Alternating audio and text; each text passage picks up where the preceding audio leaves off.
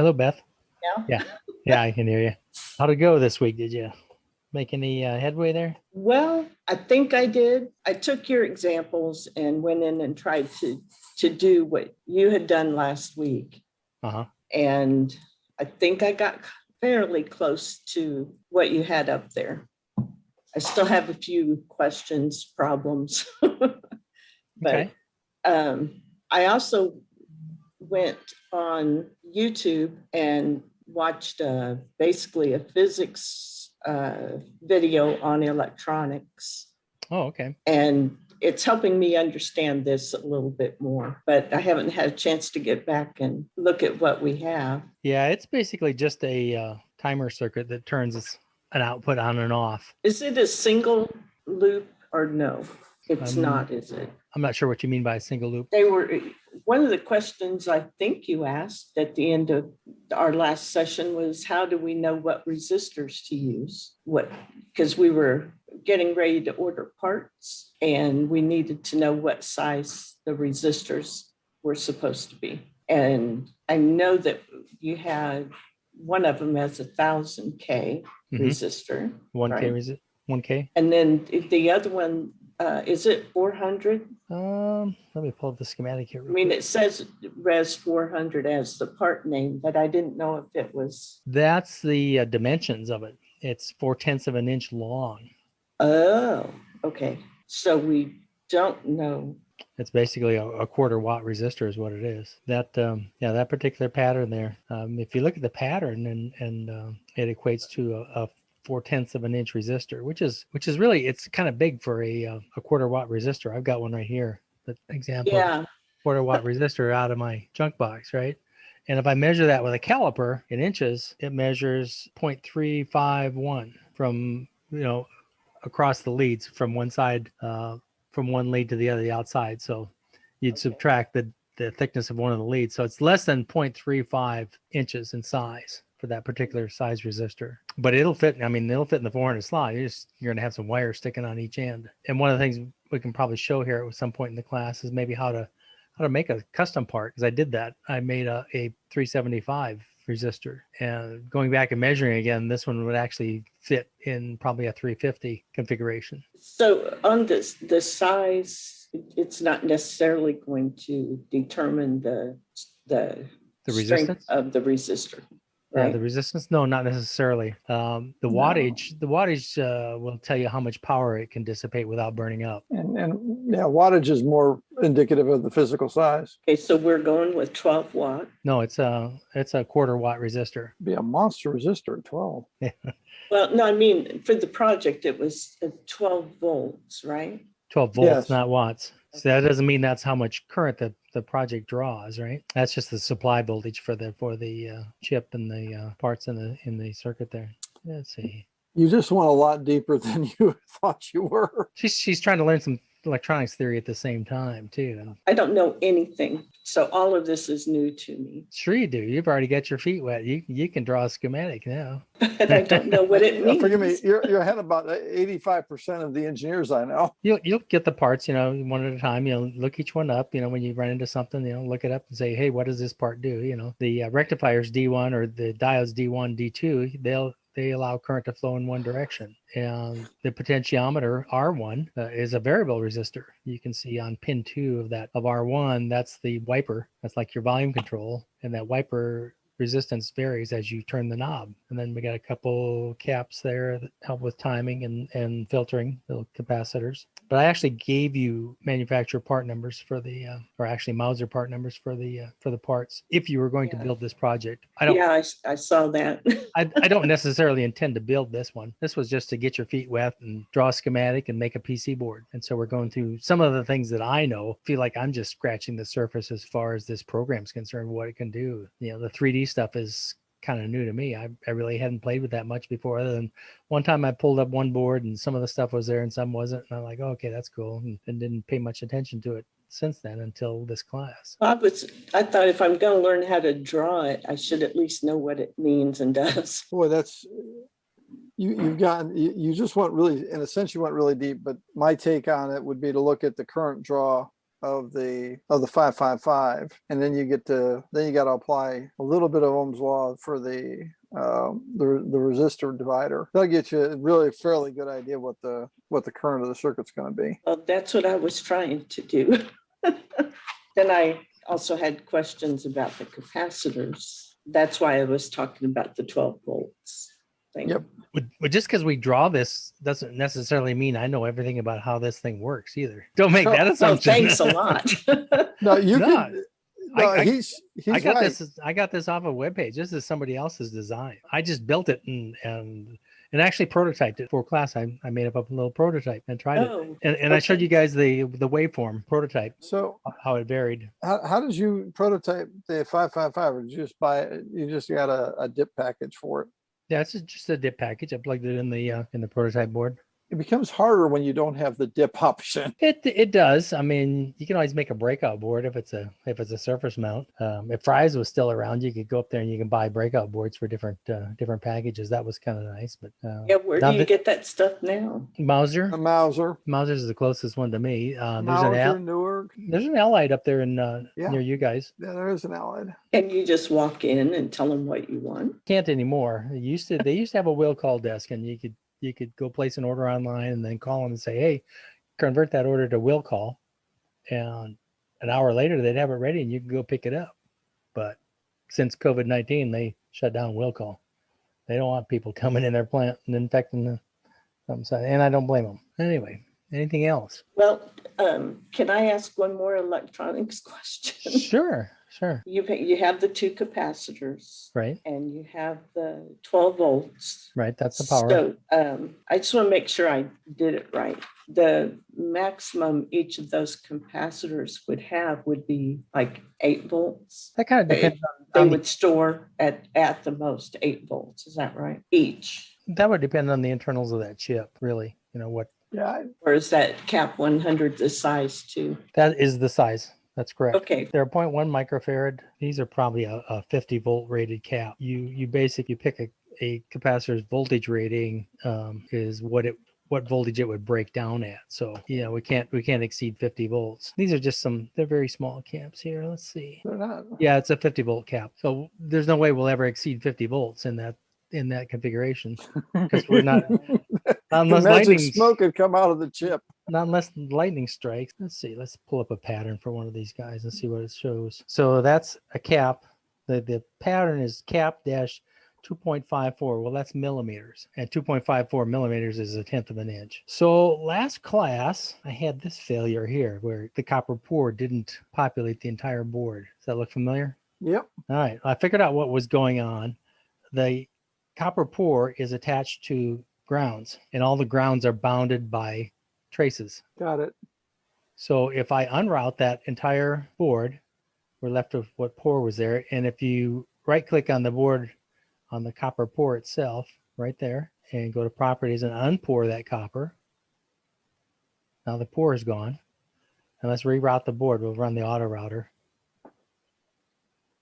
And it's going to put traces on top and bottom.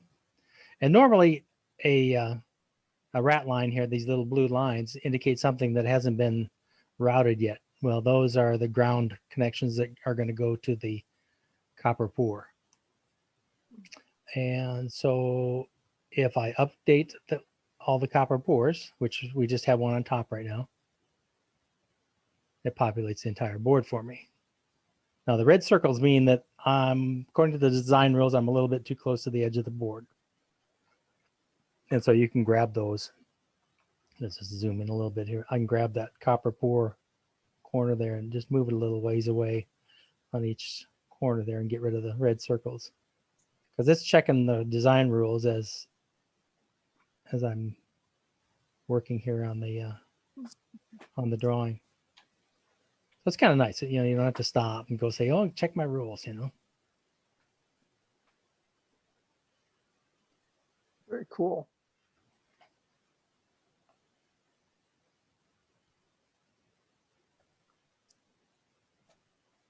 Anyway, you kind of get the idea here.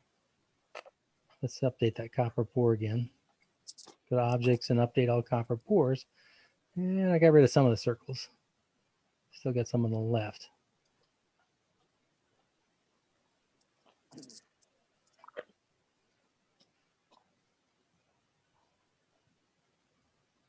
Takes a steady hand with this small stuff here.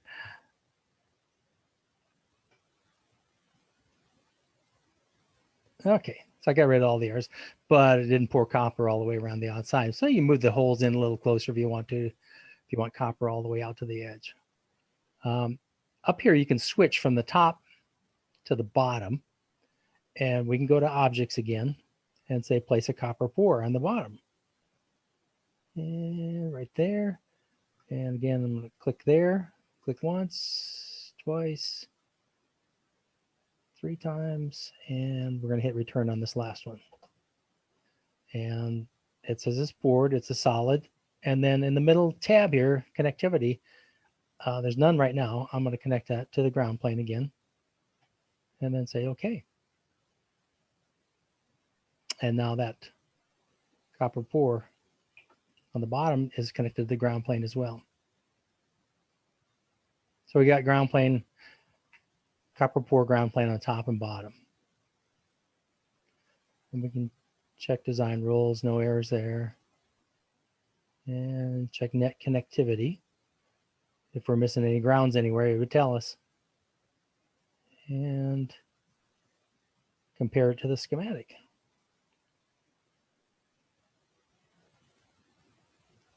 Let's see, I was off in Never Never Land there.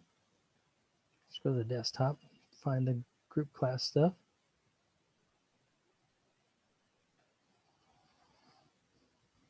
And no errors compared to the schematic. So everything is hunky-dory, other than, you know, maybe you might move those, adjust the holes or adjust the copper pour just a little bit, see if you can get it to flow around the outside of those mounting holes. So did anybody try to make their PC board smaller? So if we look at this board here and look at the layout information, it's 2 square inches, about 1.32 by 1.5 inches. And when you look at that, do a preview on a print on a page of paper, it looks awfully small.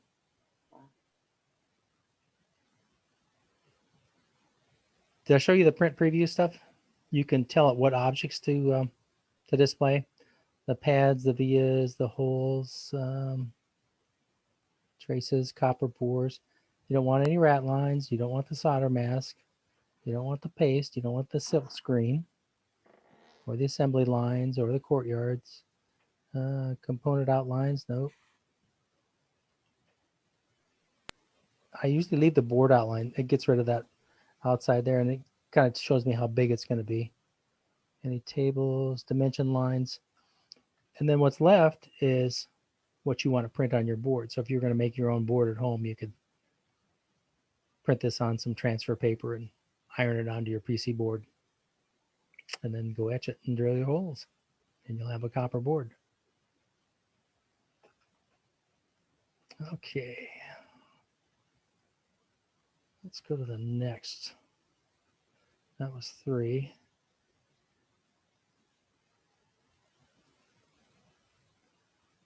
Here's 4, a little different arrangement. And, you know, maybe you're not concerned with the size of the board. Maybe you just want it to be comfortable and look nice and everything. Don't see anything special about this one. Question? Yeah, when you send, do you put the component outline on in the labels when you send it off to China to be made? Yeah, you export all the Gerber files. Okay. And the silk screen is part of that. And let's see, 5.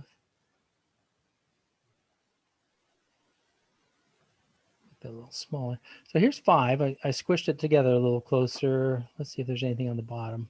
There's nothing on the bottom. But in doing so, we had a copper pour that wasn't connected to ground. And so then I added a jumper wire. Does everybody remember how to do that? No, could you show that again, please? Sure. Let me just blow this up a little bit. And I'm going to delete that wire. And this is nothing more than a static via that's connected to the ground plane. So if I go here and place a static via under objects, and we're going to put one here and one there because that's what we want to connect. And if you update that copper pore, update all copper pores, notice they're not connected to ground, are they? So I hit escape here, and I'm going to go here and add that static via. Select from lists. I'm going to add it to a net, and we'll add it to ground. And see, then we got a rat line that popped in there that says, okay, that's going to get that needs to get connected. And we'll do the same thing to this one down here. We'll select that from the list and hit OK, and we got a blue rat line for that one too. Now let's update the copper pores. And those two pads are connected to the copper pore now. Now, up here, there's a little tool, and it's on the bottom. My bottom line, it might be on a single line on yours, depending on your screen size and stuff. But it's where you can,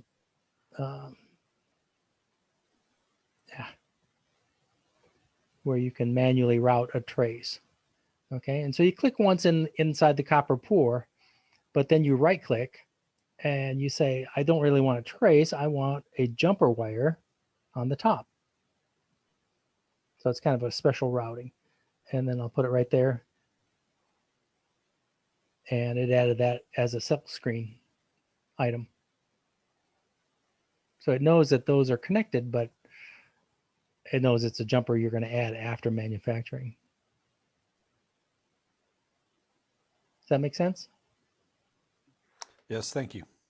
And we'll just check design rules on this one. And net connectivity. And no errors there. And compared to the schematic, see if we get any differences there. Nope. So everything's happy. I'm going to save that. But I'm going to go back here and just delete that wire.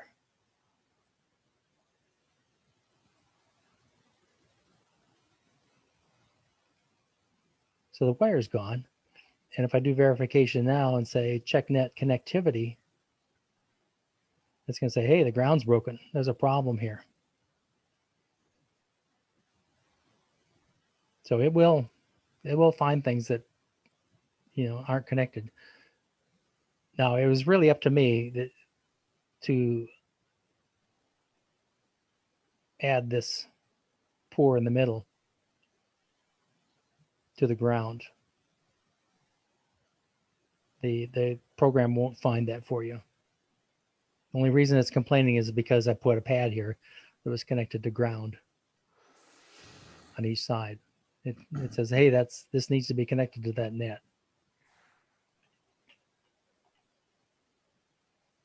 All right.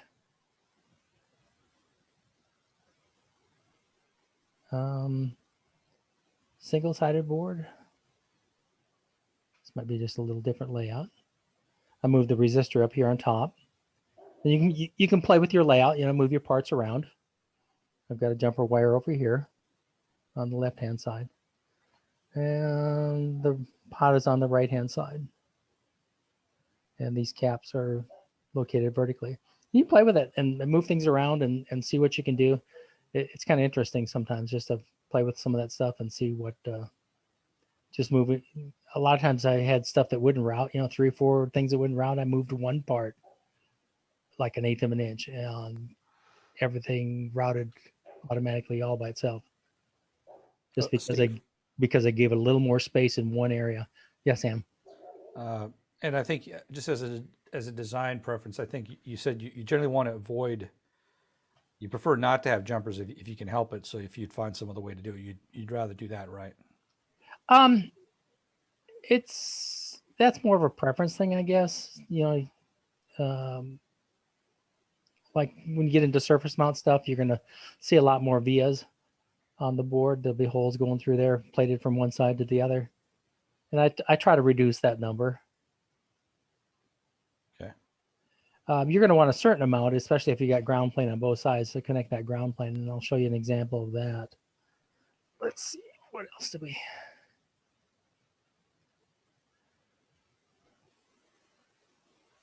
Five, let's see.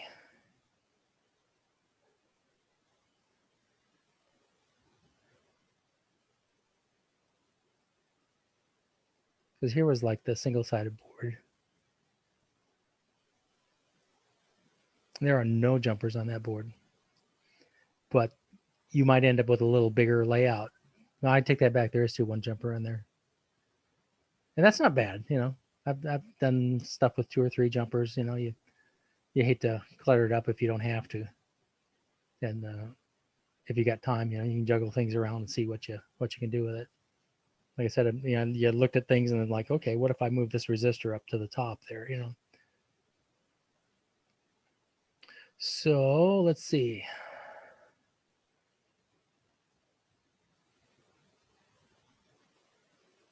Here's one. I went through and replaced the parts with surface mount parts. And so everything's on top of the board. Let's look on the bottom here real quick. Nothing down there. And let's see how big this layout is. This particular layout is 1 inch by 1 inch square. So we cut our board size in half. Make sure everything looks good. Yeah. Got nice heavy traces. Net connectivity. Everything's good there. And compared to the schematic. This is going to fail because I went through and replaced the components on the PC board with surface mount PC parts. And so it's going to just warn me that, hey, that component doesn't match what the schematic says. But if I had gone and replaced the parts in the schematic with surface mount parts and saved that, you do have to save it, and then do the comparison, it would be happy again.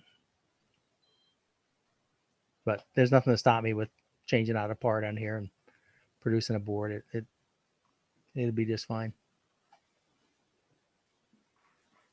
And here's the surface mount double-sided.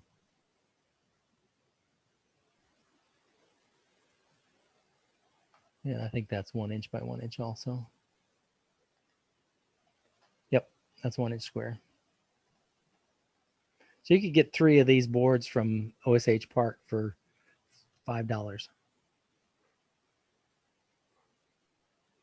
And I put a surface mount potentiometer on there, and surface mount caps and a surface mount chip.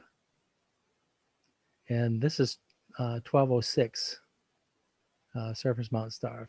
Here, let's look at the preview.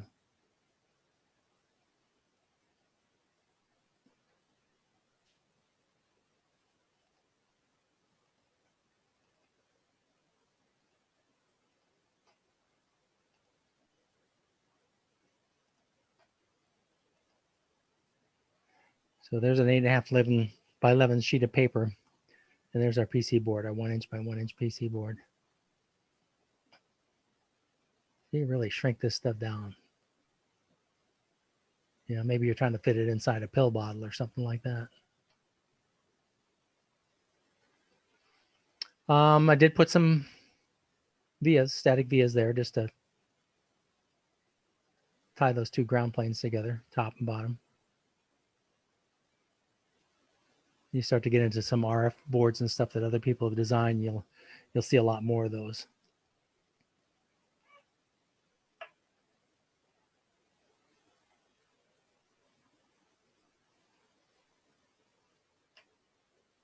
Okay, there are, let's go back here to the single-sided with a dip. There's some settings that you can tell it to ignore the other side, and it's under the auto router setup. So if you're purposely wanting to make a single-sided board, let's see, route and auto router setup. And in here under settings, we've got the top and the bottom. right now it says vertical. We can turn that off so that it doesn't try to route anything on the bottom side. And bottom, there's no copper pour down there. Top, there we go. If I unpoured that copper, let's see if it'll auto route here. There's all that except for the copper pour.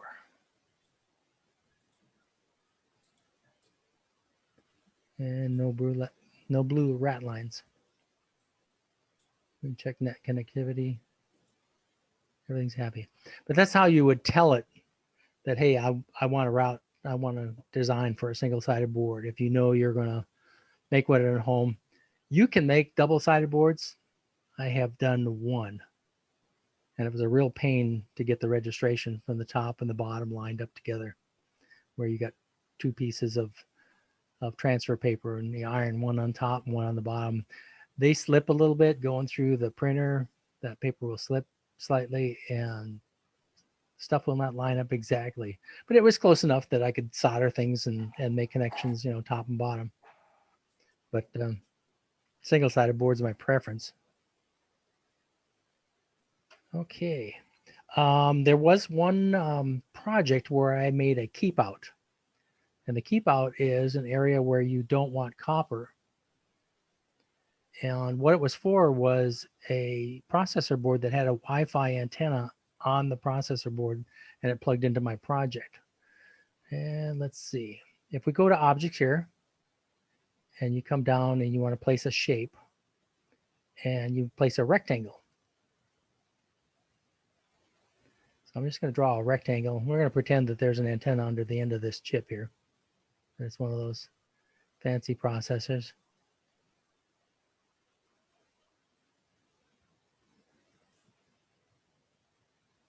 And let's see if we can. And then if I right click on this and look at properties, let's see.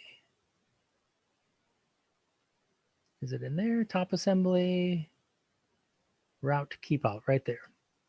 So we're going to change that to a keep out and hit OK. And it's whining, but we're going to update all the copper pours now.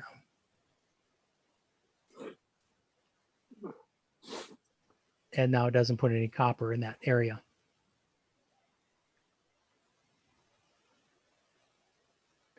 And I'm going to unpour that copper, see if it'll reroute here. This one trace here, it's whining. See the red circle there? It's whining about that that red trace that's in the way there. It may not, because there's a couple pads there. Oh well, that'll be fun just to try it. Get rid of one of those. Just green's the silk screen on mine. Route, run auto router. Nope, it's not happy. No, it's not happy at all. Let's see. Did I unroute? No, I don't think I unrouted. Did I unroute yet? Unroute all. There we go. Run auto router. And objects. Update the copper pour. And here's an example of a couple of a rat line. It's saying, hey, I can't get to this pad. I can't route to it. You've asked me to do something that's against the rules. No errors on the design rules, but net connectivity is going to fail. Ground is broken, VCC is broken. And you click on them, it'll highlight them. Where are they? They're right there. Yep.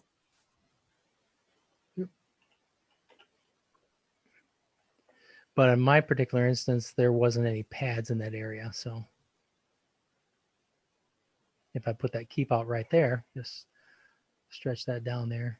And let's run the auto router again. We got to unpour it and unroute.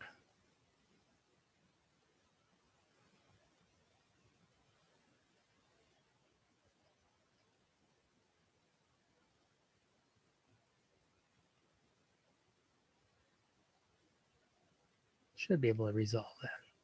And Update all the copper pores. And we've got that situation again. So this brings up a good point. If you're stuck in a situation like this and you can't get the copper pores to go where you want them to, you can actually force one.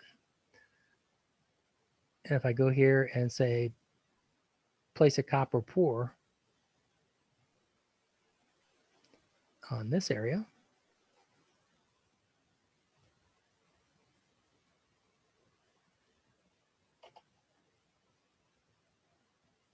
and connect it to ground,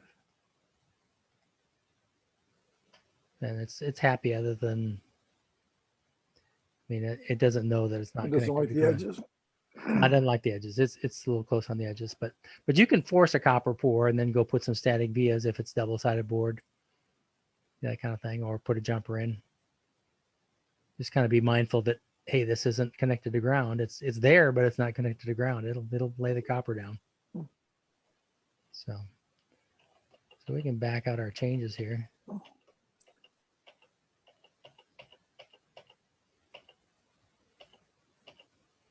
I was amazed at how many changes this thing would. It'll back up quite a few steps, but you just hit Control Z and back up to where you were. So say we wanted to create a board, a PC board with this. We need to export the Gerber files, and we want to send it off to one of the manufacturers.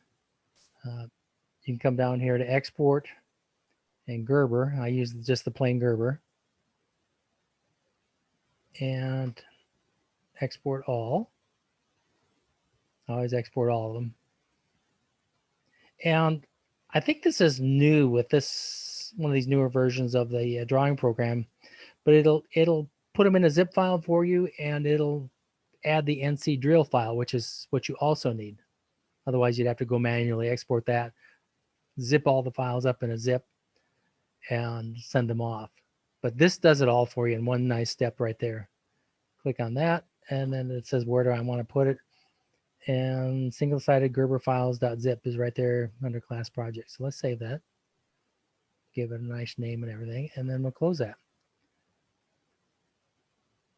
And there's our Gerber files.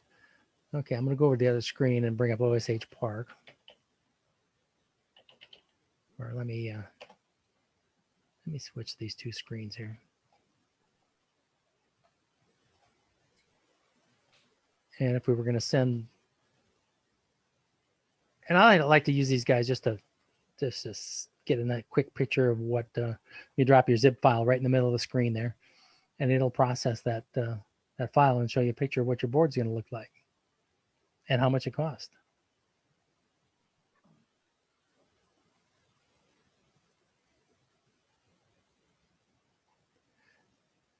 And if you don't have any silk screen on the bottom, it'll warn you that your project does not contain the bottom silk screen. Well, we didn't write anything down there, so that's okay. It'll still process okay. But it'll give you an idea how close things are. Like this cap might be, it's snug up against that chip socket, but it's got room. It's okay. It'll be pretty snug, and these parts will be fairly snug with a little gap between each one. And there's our jumper wire. So that's one site that you need to know about. And we know that's a 1" by 1" board. They say it, no, that's not the 1" by 1". They say 3 boards will cost $10.30. All right, so these are not the only option here. You can go to PCBshopper.com. And let's scroll down here a little bit, and we can go over here. And I looked at all these parameters in here, and I'm like, man, I don't even know what to click. So I just left pretty much everything default. But the dimensions of that board are 1.76 inches by 1.17 inches.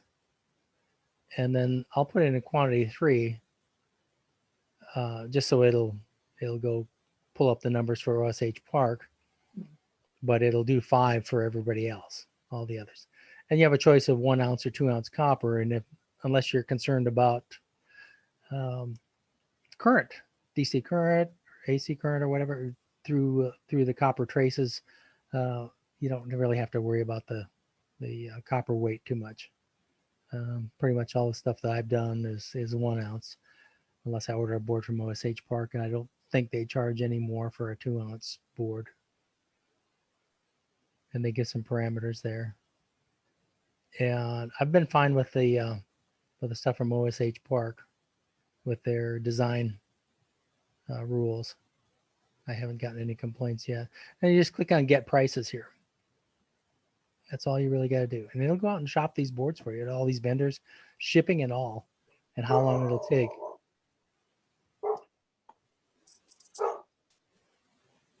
First time I saw this, I'm like, oh man, this just relieved a bunch of work for me. And JLPCB is not always the cheapest one, but in this case, they are for that size board. We can get 5 boards for $5.80 in 18 days, roughly 18 days. Right now, I think shipping times are a little longer, but OSH Park will be down here. There's their $10.30. But some of these are not bad. Basic PCB, I haven't used them, or smart prototyping. I'm trying to think of the name of the other one that I have used. PCB Way. I've used them on occasion. They're cheaper too. And both these vendors are very, very good. They the boards that they produced were commercial type boards. They make a beautiful PC board, and you can change colors of the board, that kind of stuff. But I typically just go with green. That's the least expensive, probably the highest volume. I have heard that some will just print whatever you send them. I don't remember which one of the two vendors it was. If there was the only two that I've used are I've used OSH Park several times, mainly because quick turnaround, and their price is generally cheaper on a smaller project. JLPCB and PCB Way. One of those two, they got back with me. I was missing a file back early on when I first started sending off boards. And so I said, okay, I'll zip them. I'll add that file. It was the NC drill file, because I was manually zipping them up back then, and I forgot the drill file. Didn't know it needed to be there. I was just learning. And they were nice enough to contact me and say, hey, you're missing this. I'm like, okay. Zipped it up, sent it off, and they sent it through the process. The drawing program probably keeps you out of trouble if you follow some of the things that I've shown you. A lot of the error checking, that kind of thing, is going to keep you out of trouble. I haven't had any issues other than mistakes on my own with trying to jam stuff too close together. I've done, I've seen a lot of stuff where our engineering teams have sent in a board, got it back, and then they've typically had to make small trace changes and put in things like jumpers. And the company seem to be, they seem to be fairly adept at handling those changes. But you're right. If you miss something, if the design doesn't catch it, they will do it. You can violate mechanical tolerances. Oh, and I did it on this board right here. Can you see that, the green board? That was that popped up when I was submitted files to one of the vendor sites, and so like, oh, that's a really cool rendering of the board. So I snapped the copy of the screen there. But the problem with this board is, and here's the keep out here for the antenna on the processor. Down at the bottom here is a place where you can plug in a USB key. Yeah, well, this capacitor down here, C10, is just a little bit too close for that. But I could still, when I put this thing together, I'm like, oh man, I got that cap too close. And there's room there to scoot it over. I could have edged Q1 and C10 over just a little bit and made the clearances a lot easier. U3, there was not vertical clearance on him with the headers that the processor plugged into. One other thing I can point out here, that I've got parts underneath the processor right here, right in the middle. Make use of that space. It's there. I did use a surface mount fuse because it was so tiny, and a protection diode. And then this is a current probe, plugs into this jack here. The relays are driven off of these ports here, and temp and humidity sensors off these ports on the right, and some 5 volts that goes over to the relay board from there. Yeah, go ahead. You got a lot of guts. Surface mount fuse is just, oh my God, I start shaking. I soldered that one in by hand. I didn't even bother to reflow it because it was the only part on this board that was that way. And this was a project for my son. It's the HVAC board. It's in his furnace right now, and he's able to control the speed of his fan in his furnace when the air conditioner's on. And you'll notice I did some static vias here for these fills in here. And I did add a I2C bus out here. And I was looking around and found out that there was, where is it? There are different I2C power. So this point P here, it ducts underneath the board here, comes down here, and I've got a jumper here. And so you can select 5 volts or 3.3 volts for your I2C devices. And I didn't realize that until I started looking at different I2C devices that, hey, they come in 2 different flavors. And I'm like, well, gee, I better put a jumper on there in case he wants to put something that's 3.3 instead of 5 volts, you know. So just something I added to the board, kind of a stumble across it type thing, and an aha moment, you know.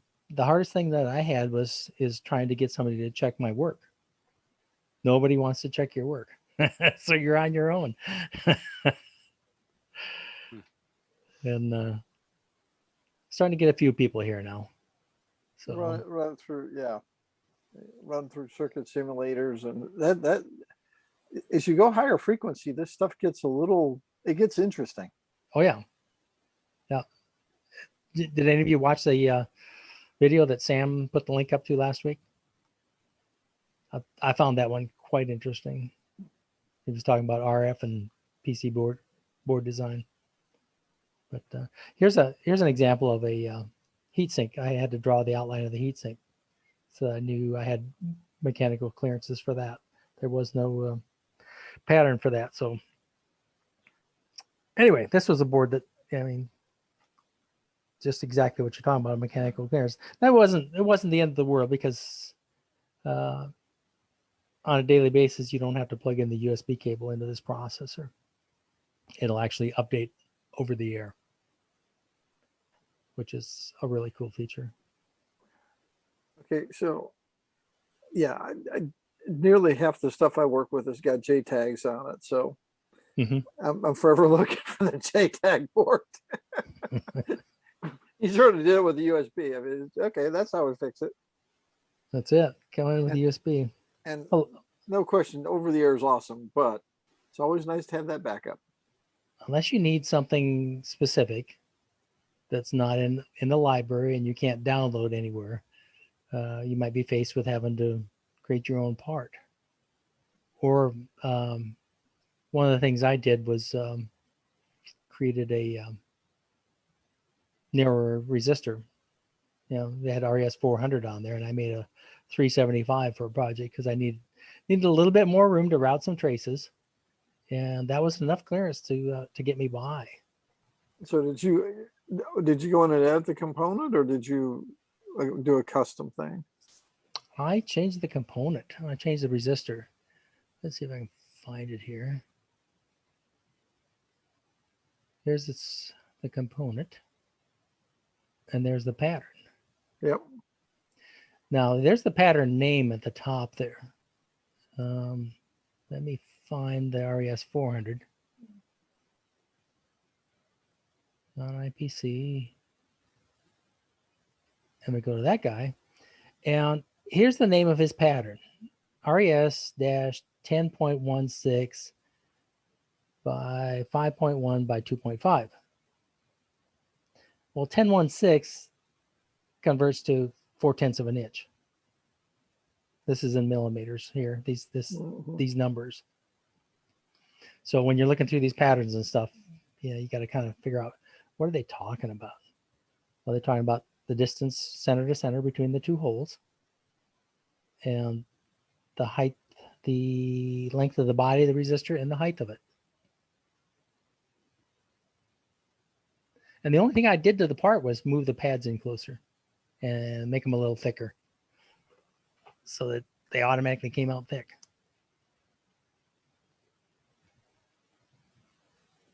But there's the schematic symbol in the component editor.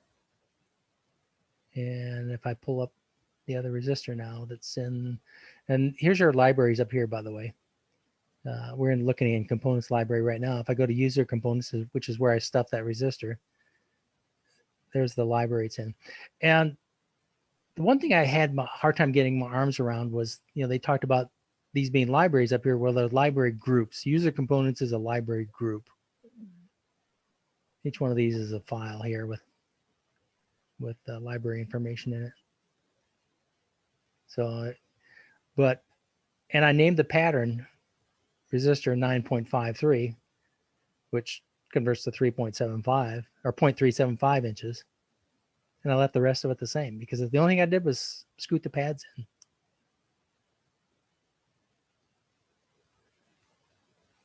We can pull up the pattern for that guy. There he has, resistor 3.75, and there's his pattern. Make him a little bigger here.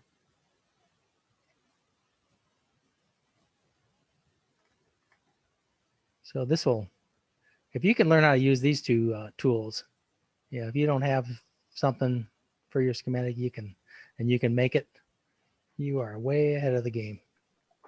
And that's one of the problems I had getting my arms around Eagle and some of these other KI CADs and some of those. They just, I don't know, they just didn't click for me. Maybe it was a mental block, but I found this one much easier to use. It just seemed more user friendly.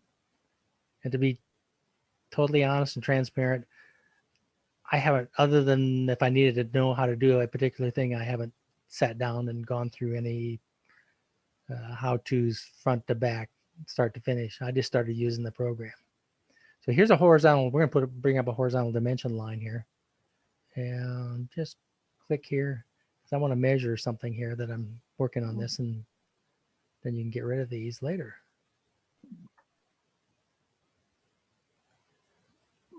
Okay, if I hit escape now and click on that, I can grab that dot and bring it down here and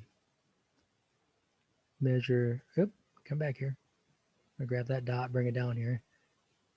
And there we're at 375 distance between those two pads.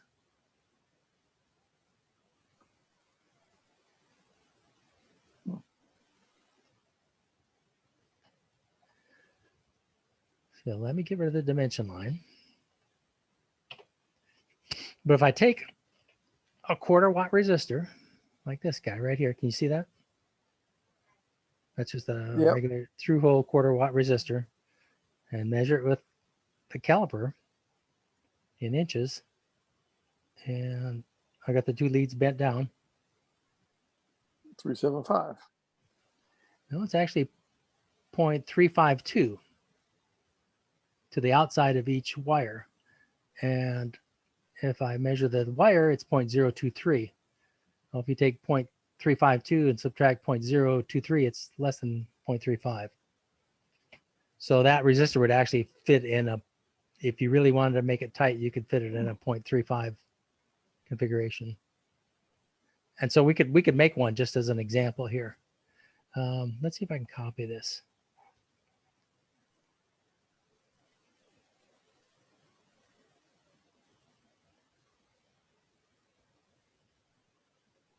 Let me duplicate that pattern. And it says, okay, that's a copy of that one. And go to inches to millimeters. 0.35. 37. 134.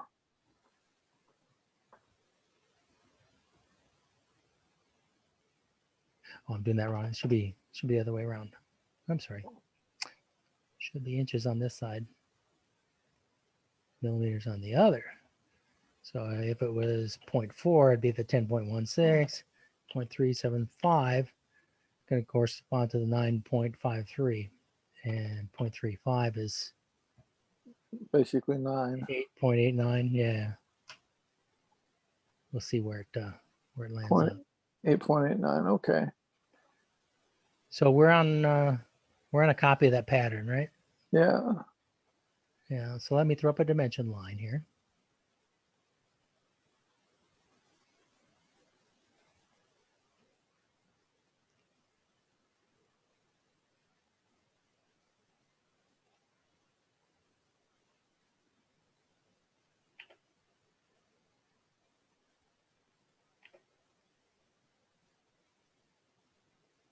I mean, there's probably some easy ways to determine and center this part. There's 0.35 on the nose right there. Not sure it's centered there though. I'm gonna hold down Shift and move this up. Dimension line was selected too. Hold down Shift and move this pad over. Hold down Shift. There you go, selecting 2 at a time. Move that one over. What do we got here? 1, 2, 3, 4, 5. 1, 2, 3, 4, 5. That's pretty close. So now we got a new pattern.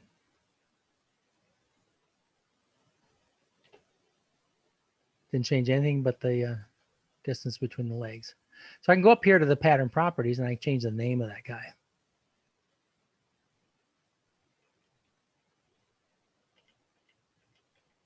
And 8.89.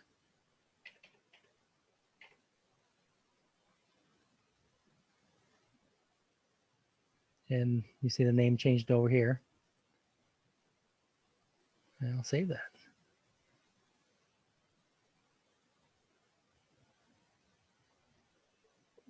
They're actually both in this library group, the 375 library group. Both patterns are in there.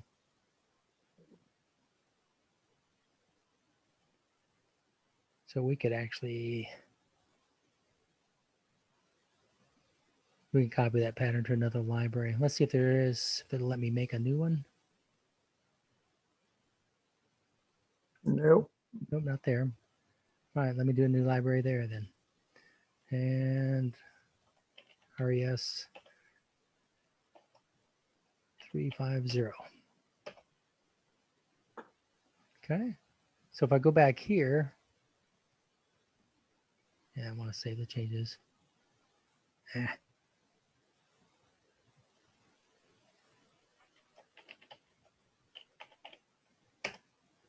Anytime you switch, it's like, you want to save it? Yeah, I want to save it. Now let me see if I can move this pattern. Move the pattern 2350 library. One pattern's moved. All right.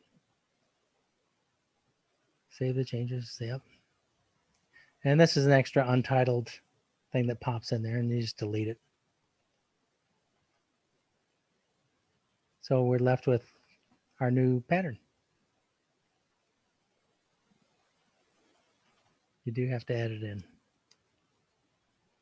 And to get all that, you'll want a component that says resistor 350, right? And then add that pattern to it. Let's create one.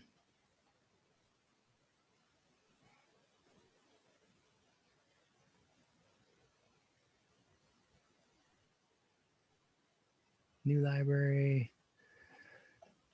Yes, 350. Oop. That's better.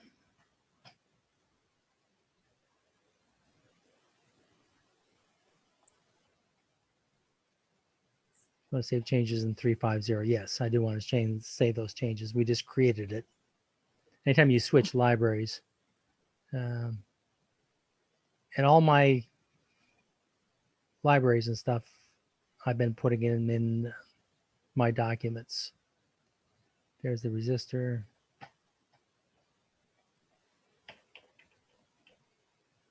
The cool part is I could send you these files, and then you would have the same library. And we'll go add some for some Arduinos here after, at some point here.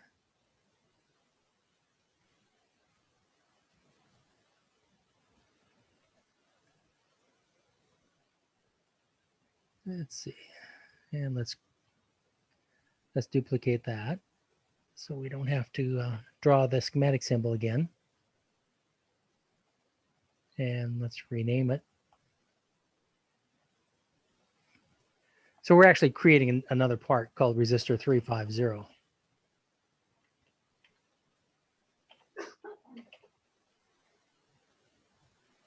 Okay, and let's move that to another library, resistor 350. Now if I look at that library, save those changes, got that extra untitled one, just get rid of that. There we go. So I'll save that. We should have the parts there now. We can do a library setup right here. Library setup. And there's resistor 375, but not 350. So let's add to that library. And we're going to add resistor 350 right there. The one we just created. And say, okay.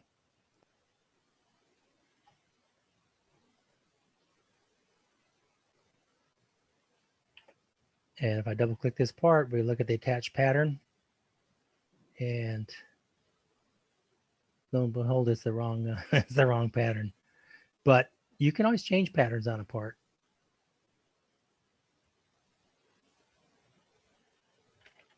So I don't have something quite right yet, but you get the idea. 8.89,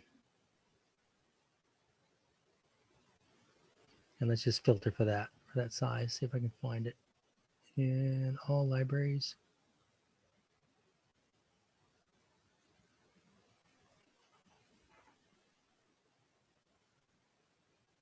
There it is. Now we got the right pattern for that part. It should come in automatically though. So I've still got the wrong size pattern assigned to that. I've got to go change that and update the library. Anyway, you get the idea, right? Mm-hmm. Let's see. We're out of time for this week. Anybody else have any questions before we go? Thank you, Steve. Yeah, great class. There's a layout of that processor, and so do not place a ground plane or route any signals under the antenna. I stumbled across that after I started the project. Like, oh goodness! So I had to figure out how to do that. How to do that cutout? Yeah. Yeah. And I've seen there's some. I haven't looked at it, but I see there's some YouTube stuff on. Mm-hmm.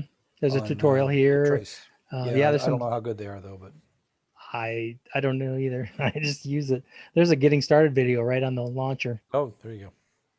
So, but I have used the help. I dug through there, and I have searched online for solutions to problems, and you'll find some stuff from the user community that, yeah, sometimes you'll find an answer there that what it is you're trying to do. So anyway, we can play with we can try to play with library loader.